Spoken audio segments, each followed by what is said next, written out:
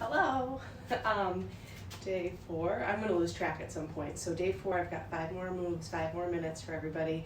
I already worked on a plan for after the next 2 weeks of this because it sounds like we might still be inside away from each other. I'm going to be doing something called Master a Move.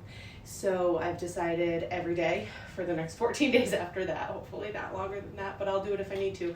I will record a video every single day, one move, help you master it. So if anybody has any particular moves that they want me to add to my list, I can pull up what I have now. So master a move means how to do it, proper form. It also means how to modify it. So like burpees, for example, how you can modify them. So some of the ones I have here are push-ups, planks, bicep curls, lunges, squats, bridges, upright row, mountain climber, burpee. If you don't know what any of those mean, don't worry about it. But if you have a move that you're like, I wonder if I'm doing this right, or every time I do a squat, my knees hurt, let me know and I'm going to add it to my list because this is going to be for the next 14 days after I do these 5-minute videos for 2 weeks. So first, starting with some stretching, coming to the edge of our mat, standing up nice and tall. I say mat, you might have a towel, you might have nothing. You might just have the floor. Shoulder blades back and down, standing up tall, breathing in through your nose, and then exhale, chin to your chest, walking our hands out into a plank position so your hips are level with your body, and then bring those hips up. Hands come back in towards our feet, rounding our way back to a standing position. So same thing, chin tucks towards your chest. We're engaging through our shoulders, our chest, our abdominal muscles, but you're also getting a stretch and just warming up a little bit. Now if you're somebody, so we're going to stand back up, and if you're somebody that gets dizzy going up and down, stay folded in half and just walk forward and walk back without standing back up to that full upright position. So a lot of people report back that they have a lower blood pressure, they get dizzy doing this one. One more here. Coming back into your plank and then walking back to standing. I'm going to have everybody come to standing for this next one. Take your time coming up, starting my timer, which is just my TV. So starting my timer, putting it on mute. There's the clock from the workout I did before recording this. There's a countdown on it, so that's what I'm using. If you guys see me looking over into the corner, that's what I'm doing. So next, we are going to do knee drivers. So this is the one that's going to get your heart rate up. You're bending one leg, other leg lengthen behind you, arms come up overhead, and slowly, I'm going to show you, just pull that other knee up. Pretend you had a piece of cardboard. I think of like Karate Kid, and you're snapping it over your back, over your knee that you're pulling forward. So let's speed it up a little bit. And then if you want to, you can add a jump. So I'm going to have you actually do a minute on each side of this one. Pick your pace. Remember, you can be slow. Make sure you've got the form before you ever speed it up. And you can also speed it up a little bit or add that jump.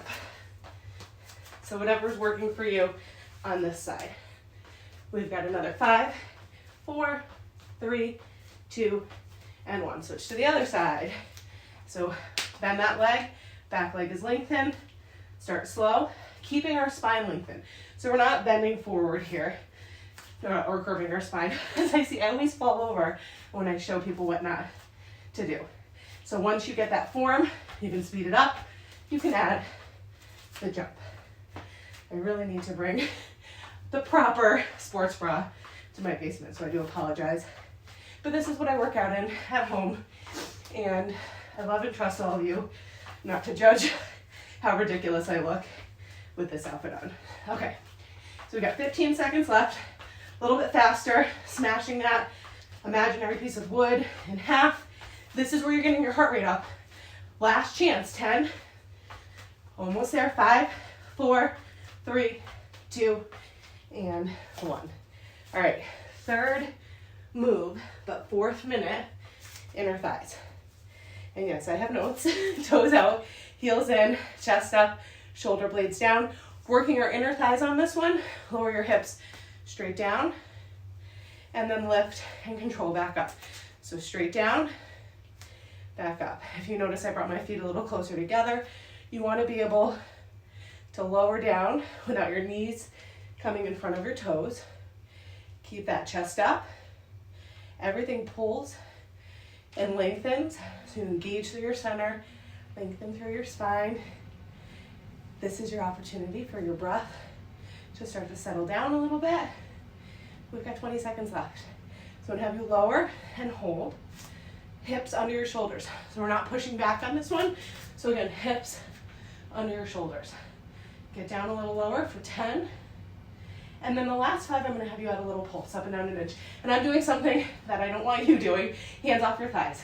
So no one's hands on their thighs. And then lift up. So that's natural to do. It makes it way easier. And so I was even doing it. It's easy to do. If you ever put your hands on your thighs, take them off. And then, let's see, last one, we're gonna do 30 seconds on each side, engaging our obliques. I have some 2-pound weights here. You can use weights if you want. You can use water bottles if you want. What we're gonna do is lift one leg, see how it feels to lift that same arm, knee to elbow. Now I did say you can use body weight only, so you do not need to have anything in your hands. And just notice how I lifted this other arm up. You can have that hand down or lifted.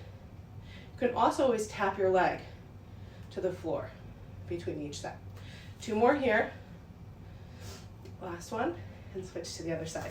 So again, you can start with your hand on your hip, knee to elbow. See how that feels. If you feel really steady, try bringing the opposite arm up. Just takes away some balance. As you see, I get a little wiggly when I do that.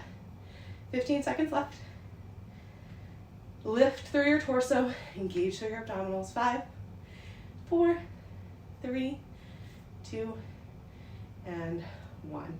So one thing that I am going to note is one of the women in the group said she's been doing these outside on her patio. So I don't know where everybody is. Well, I do know where most of you are, but anybody watching this, in Connecticut, it's getting really weird, really fast. So lots of things are closing. It feels weird, like even getting the mail. I feel like, oh no, can I be outside right now? Take a deep breath. Remind yourself it's okay. If you're like me and you're getting worried about where you can and can't go, what you can and can't do, it's okay to go to your backyard. So, or if you've got like a balcony or something, it's not an air quality thing, right? So it's just touching surfaces that other people have touched or being around other people. So go to your, that's Ben out there, go to your balcony or go to your driveway or whatever. Get outside, enjoy the nice fresh air, because that is not something that we have to avoid, and that's something that's super important. So do this outside if you want. Ben, you want to say anything? Sure, but also cool. Hi. So now Mommy gets to go and become a teacher, a kindergarten teacher. Bye.